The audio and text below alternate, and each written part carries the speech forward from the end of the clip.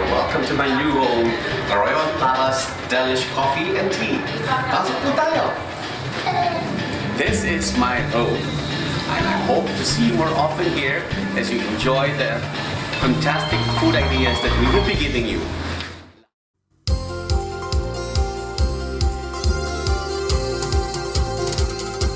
Let's cook and talk on TV. Enjoy the Cook and Talk TV. Have fun and Cook and Talk TV. We will keep you company. I love Cook and Talk TV. Learn and Cook and Talk TV.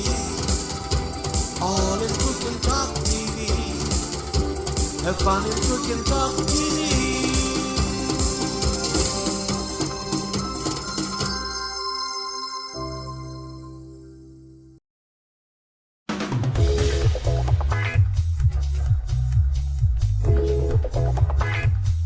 Magandang araw po sa inyong lahat. Welcome to Cook and Talk TV. This is Chef Jerry Domingo, kung saan naririto kayo sa aking pamamahay ngayon upang kapanayamin ang isang napakahalagang papanauhin natin sa umagang ito. He's a very youthful chef who discovered a lot of things that you will probably first time hear about it. Kagaya itong mga tinapay na to, pag-uusapan ho natin yan pagka-introduce ko sa inyo ng ating bisita ngayon. Hi! Magandang araw sa iyo, Chef Nikki Alarma.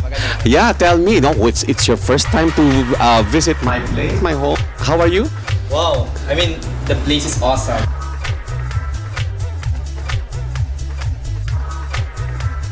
Chef Nikki Alarma, a young proud Pangasinense, is the company pastry chef of Bakels Philippines, a leading mover in the baking industry. At his age, he's primed at what he does best and is acknowledged for his innovation and creativity. Quality-driven and goal-oriented, he always stays abreast of the industry trends and breakthroughs.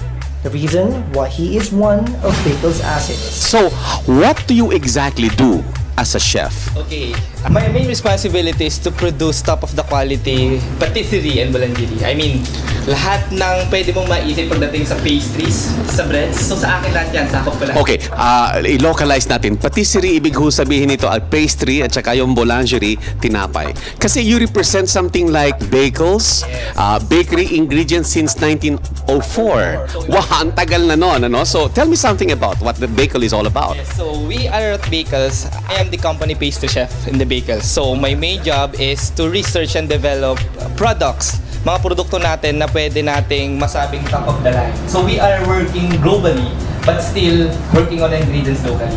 So ang trabaho na Bakels, kami yung mga nagsusupply ng mga ingredients na pwede nating maitulong sa mga maliliit na business, sa mga home bakers natin. Kasama na dito yung mga elite, yung mga hotels, mga resorts. So kasama namin siyang pwedeng matulungan.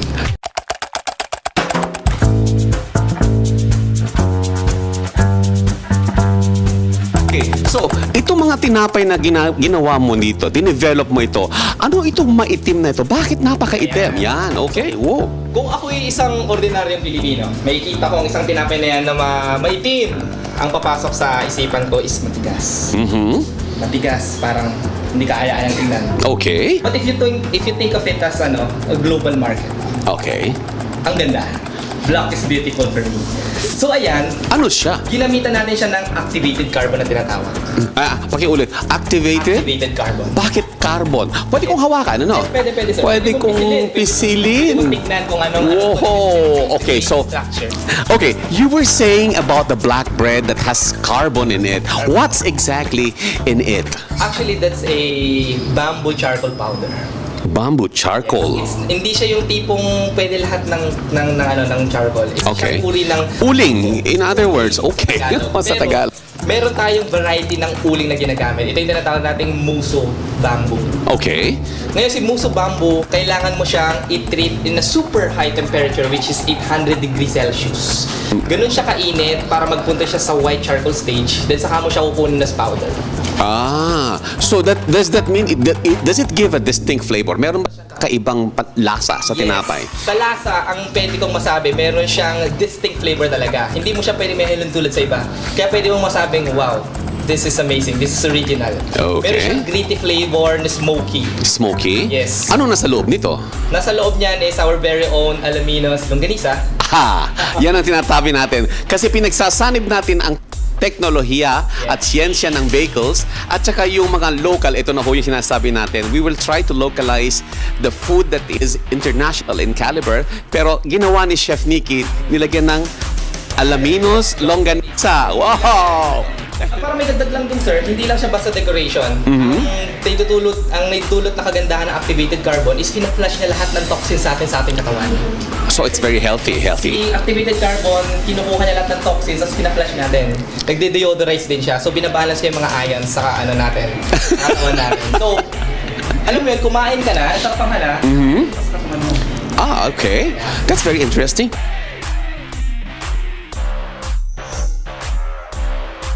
What about this big bread? This one naman and this one Are they together? Yes. Okay, they're together. Pagsamahin natin. Okay siya. It looks so... Crusty. Yes. Scrumptious. Is it savory? What type of bread is it? This is, pwede natin siyang mayalin tulad sa mga European breads na kung saan nauuso ngayon. Bakit nauuso? Ngayon, hindi na lang siya nagre-rely sa mga soft bread, mga pandesal. Ngayon, yung mga panlasa natin ngayon, bumabalik tayo sa dati, mga rustic bread. Rustic, artisan, yeah, breads, okay. mga healthy breads. Ito ngayon, itong artisan breads natin ngayon, gawa siya sa, what they call this one, multi-herbs. Multi-herbs. So meaning to say, lahat ng mga organically grown herbs, basil, Basil, marjoram, olives. Yes, Wow. andito siya last infused in a bread. So pwede ko itong isama sa aking spaghetti, pwede ko itong gawin ng sandwich. Spaghetti, lasagna, pappardelle, bigotini, etc. etc. Okay. So mamaya pakikialaman ko to. Meron akong gagawin sa aking kusina kung saan matitikman ninyo ano ang aking ginawa sa klase ng tinapay na to. Okay.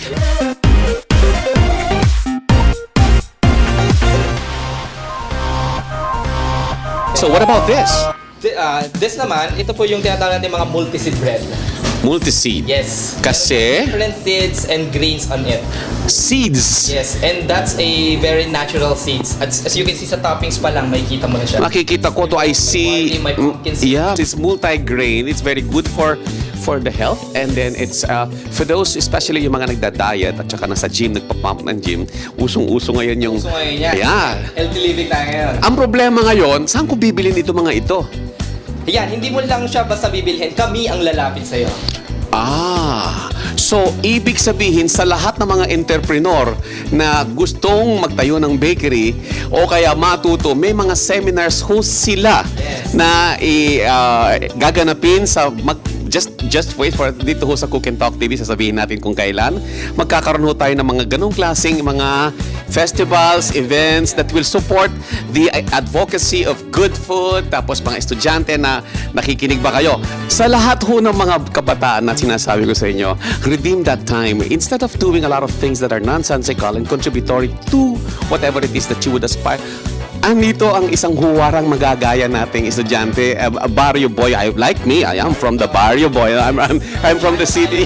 Shano, Jologs. Pero ang masasabi ko, sa mga Jologs na ito, ang pinakamahalagang makikita natin ay hindi kung saan tayo galing, kundi ano ang ating nanaisin sa ating puso at pupuntahan yung direksyon ng ating buhay. Kasi sa Cook and Talk TV, nais naming paunlakan ang mga teachers, ang mga housewife. Get in touch with us and then we will be featuring you. May sikreto ho pa kayong luto or whatever it is that you'd like to talk under the sun.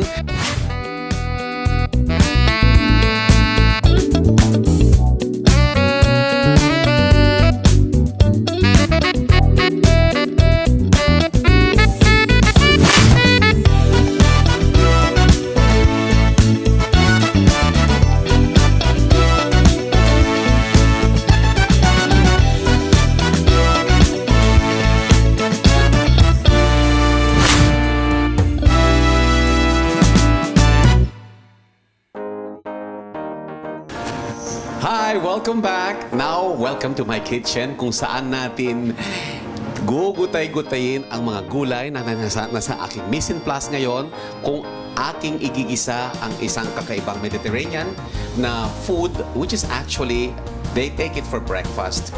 It's since uso ngayon yung all-day breakfast, you might as well be interested to how I will be able to do something which is in abundance.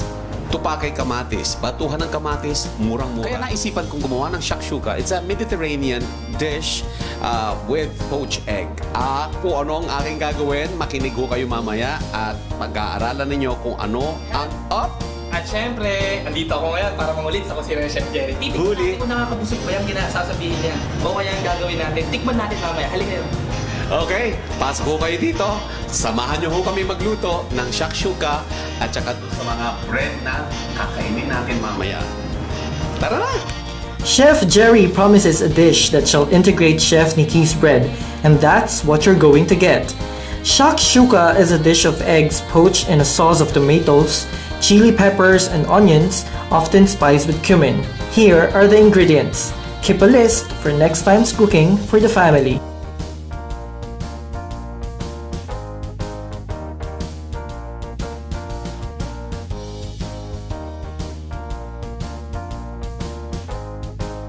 And it all starts up with cooking it up and cranking up my, there you go. Ito na po tayo sa aking kusina kung saan iluluto na po natin yung napakasimpleng shakshuka. Sabi natin na informal but informative. Kinakailangan nating malaman na nag-uumpisa lahat sa mainit na kawali. And then, I will be using olive oil. Kasi, yes, of course, it has to be olive oil. Huwag po kayo matatakot na bakit ang dami mo nilagay na olive oil. And then sa the ABC of cooking, of course, we start with caramelization of the onions. And then while the onions are being caramelized, there you go. Ang onion ho, lalo na yung puting onion na ni-rough chop natin, ay mahalaga i-caramelize kasi palalabasin natin yung sweetness nito at saka lalantahin. After caramelizing the onion, saute with the other ingredients. The red bell pepper adds in color and kick to the dish and complementary to the sweetness of the onions. Toss in the dry ingredients for seasoning, cinnamon and cumin. You can also use magic syrup seasoning granules for alternative. Follow with paprika, which Chef Jerry suggests not to be heavy about to lessen the sharpness of the combined spices. Infuse everything else. You can now add in the tomatoes and that Mediterranean aroma. Ito yung twist. Huwag kayong matakot kasi anchovy, pag sinabi ng anchovy ng recipe, ibig sabihin nun yung dilis o yung bagoong munamon. Wala po tayong buong anchovy, kaya kinuha ko lang ho yung sarsa ng anchovy. Ito na ho, ilalagay natin katiting na munamon. You can now pour in the tomato sauce mixture consisting of mushrooms, red bell pepper, and salt and pepper. Add in water and let it simmer. Naamoy natin kanina yung lasa, kinakailangan gamitan na natin ang kutsaritang malinis. Pag sinawsaw mo ng ganyan, huwag mo na ibabalik para malinis lahat. Ano ho? Wala pa akong keso niyan, masarap na. Sandali. Nakikita ko. Sige.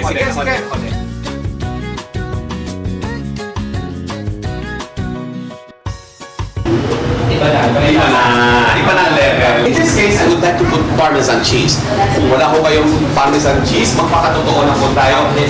Pwede na ho tayo doon sa Edam, doon sa mga kinakaskas lang, sa cheddar, sa food grater. Pero bagay na bagay ito sa queso. The dish is done almost without the egg hindi kumpleto. Ito ho yung mga farm fresh egg na ilalagay natin ito. But this is going to be what you call an egg dish. We're going to poach the egg, poach in the shakshuka. Make sure the eggs are fresh. Cover the lid and let it cook for 5 to 10 minutes. Ito na po ang kinalabasan ng shakshuka with the eggs that has been poaching, ready to top for the food that we'll be partaking. Prepare the macaroni and start plating. You can also eat the shakshuka with nachos if you're looking for crunch. Finally, Chef Jerry splattered the rich, velvety sauce on Chef Nikki's bread made from Bakels' All Goodness products. Anjaran! The chefs on parade will be preparing the dish for a lot of our friends who passed by. I don't know, sinadya, hindi sinadya. Alam ko, mag-enjoy kami. Tara na, kainin natin to. Woo! Woo!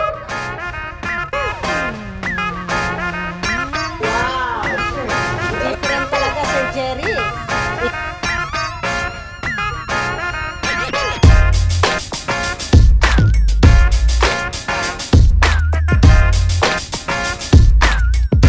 Hi, I'm Nikki Alarma of Bakels, Philippines. You can call me Chef Nikki. I am the company pastry chef.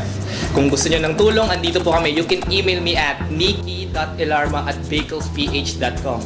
Tara, kain tayo.